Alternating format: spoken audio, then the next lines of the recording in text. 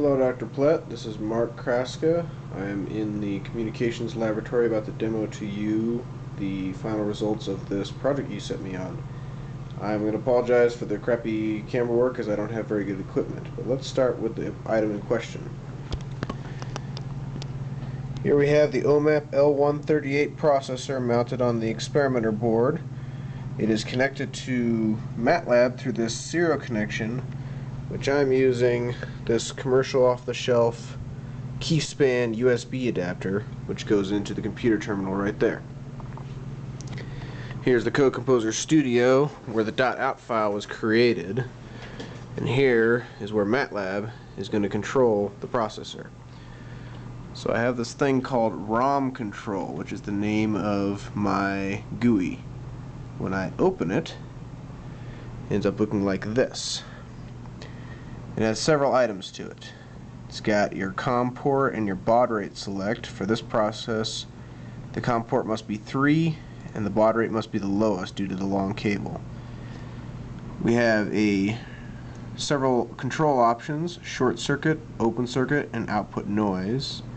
We have individual buttons for plotting each cell within the device. We have a button to plot the battery pack sum. We have load and stop reset buttons, and I have a button called load cell parameters. What I've done is I've stored all parameters to all 12 cells in a giant structure within MATLAB, and the GUI basically runs through every single one of them. It takes about 6 seconds to upload everything, but it seems to work pretty well.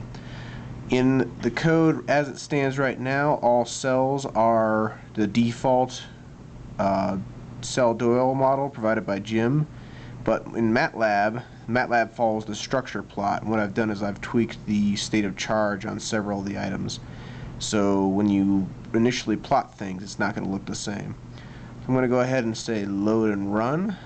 The plot should run right on this thing, and what it should do upon power up is plot the first cell's voltage once it successfully comes up.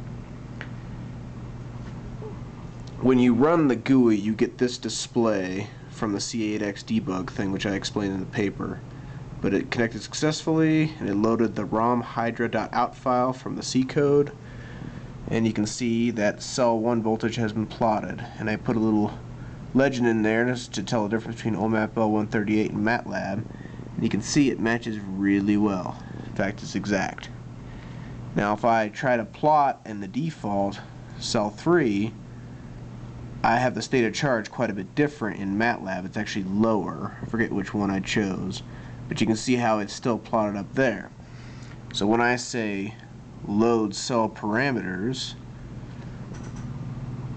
this little device actually has an LED that tells you how long it takes to load things up, and then I press cell 3 again, it matches exactly.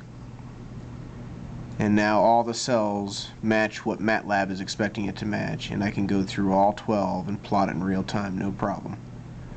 I even have a button in here to plot the battery pack summation, which is pretty cool. Basically, I take all 12 cells in both scenarios and add them all up to see what the actual battery is going to look like.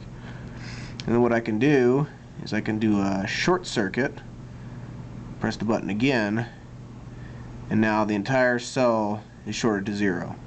But MATLAB still thinks it's there, so it's not going to match.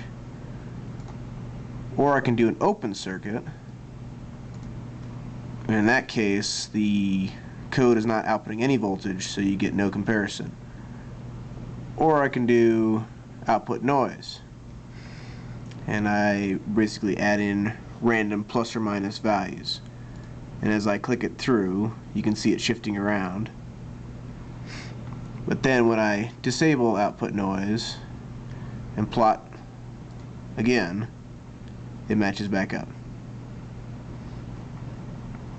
This seems to run extremely well in real time. It takes about 453 milliseconds to get through the entire calculation, but that's not actually realistic because of the way I'm actually simulating it, but it's pretty darn close. This concludes my report. I hope that this demo is enough for you to enjoy it.